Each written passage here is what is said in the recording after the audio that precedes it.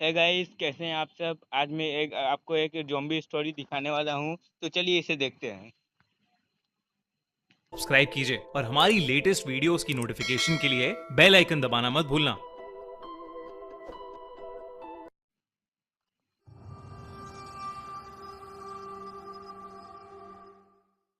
देर रात अगर आप किसी इंजीनियरिंग हॉस्टल के कॉरिडोर में चले जाओ तो एक अजीब सी फीलिंग आती है।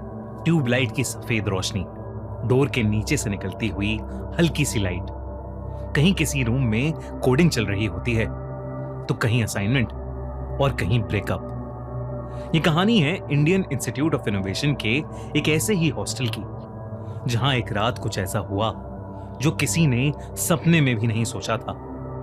रात के 1 बज रहे थे।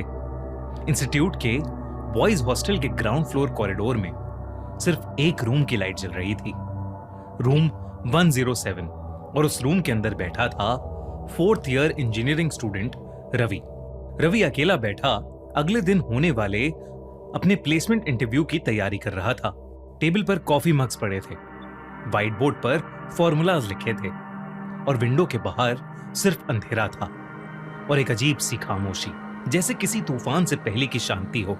उस रात उनके कॉलेज कैंपस में प्लेसमेंट के लिए एक बहुत बड़ी टेक कंपनी हाइपोटेन्यूज टेक्नोलॉजीज आई थी, लेकिन वो उसमें सिलेक्ट नहीं हो पाया था, जिसकी वजह से वो पहले से थोड़ा दुखी था। ये तो बहुत ही ज़्यादा बुरा हुआ उसके साथ, और बहुत ही ज़्यादा सुनसान और तूफान का पहले आने वाला शांति था इसका हॉस्टल में। तो देखते हैं आगे क्या होने वाला है। मुझे तो कुछ डरावना लग रहा है। इसलिए अब वो अपनी तैयारी में कोई कसर नहीं छोड़ना चाहता था और एक अच्छी नौकरी के लिए दिल लगाकर पढ़ाई कर रहा था। तभी उसे एक जोर की ठक की आवाज आई। उसके रूम के बाहर कॉरिडोर में शायद कुछ गिरा।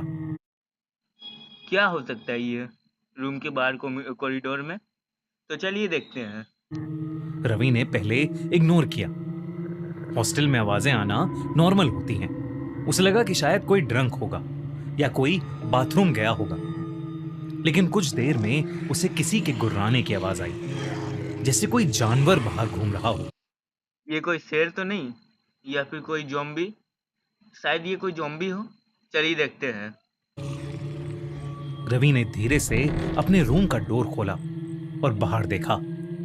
कॉरिडोर एकदम खाली था, बस एक ट्यूबलाइट जल रही थी जो फ्लिकर कर रही थी। आप सीढ़ियों में खून के निशान देखा? ये तो बहुत ही ज़्यादा खौफनाक मंज़र होते जा रहा है धीरे-धीरे। इससे ये तो बहुत ही ज़्यादा डरावना हो रहा है। चलिए देखते हैं अब आगे क्या होता है। ये तो मुझे लग रहा है कि रियल ज़ॉम्बी है। चलिए, क्या आपको भी लग रहा है ये रियल ज़ॉम्बी है? तो चलिए आगे देखते हैं।